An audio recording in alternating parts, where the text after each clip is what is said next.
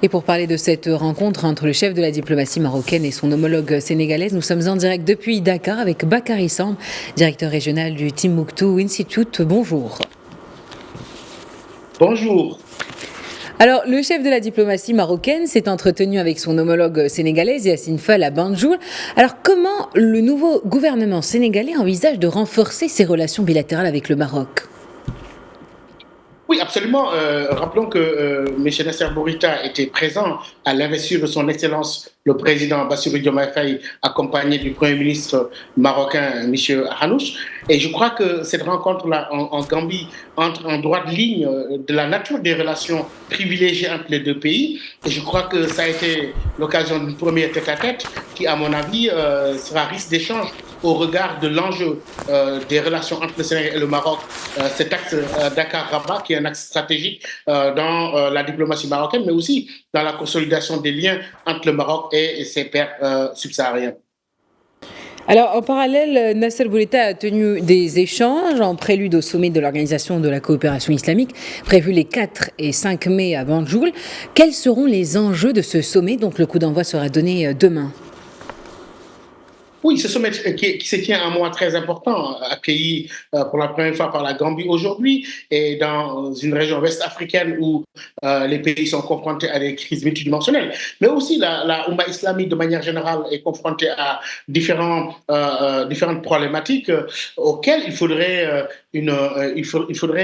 une convergence au niveau des solutions. Il y a la lutte contre le terrorisme, la question de tous ces conflits qu'on retrouve et sur lesquels l'Organisation de la coopération islamique devra avoir une position unifiée. On sait que ce sommet revêt une importance particulière, notamment la manière dont le Maroc, par exemple, a participé à la préparation du sommet en appui à la Gambie. Mais je crois que c'est un sommet qui vient à un moment crucial où les pays de la Oumma doivent se concerter sur des questions d'intérêt majeur, notamment la question du Proche-Orient, mais aussi d'autres questions majeures, notamment celles qui concernent l'Afrique de l'Ouest, où il y a la question du terrorisme, la question des transitions politiques, mais de manière plus globale, un développement durable au sein de la Oumma, mais appuyé par le principe de la solidarité islamique, qui a été toujours un principe fondateur au sein de l'Organisation de la coopération islamique.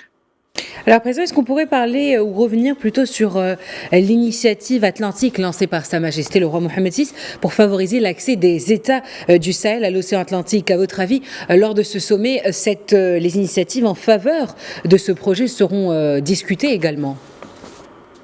Absolument. Le Maroc, avec son statut de bridge power, c'est-à-dire un État pont entre aussi bien l'Europe et l'Afrique, mais aussi qui, au moment où on s'interroge sur la situation du Sahel, le Maroc a offert cette opportunité à ces pays d'accéder à l'Atlantique, mais aussi à la veille d'exploitation de ressources importantes, notamment au Sénégal et ailleurs, avec ce partenariat stratégique entre le Maroc et le Nigeria, mais aussi d'autres questions d'intérêt majeur qui pourraient tirer profit du développement spectaculaire des provinces du Sud avec Dakhla Atlantique. Je crois que là, le Maroc peut offrir une opportunité de coopération à ces pays-là, mais aussi réfléchir de manière beaucoup plus globale comment, dans le cadre de cette région-là, on peut aller dans une coopération sud-sud gagnante, mais qui draine dans sa dynamique une solidarité panafricaine basée sur les atouts communs, mais aussi sur la mutualisation des capacités et la mutualisation des opportunités entre le Maroc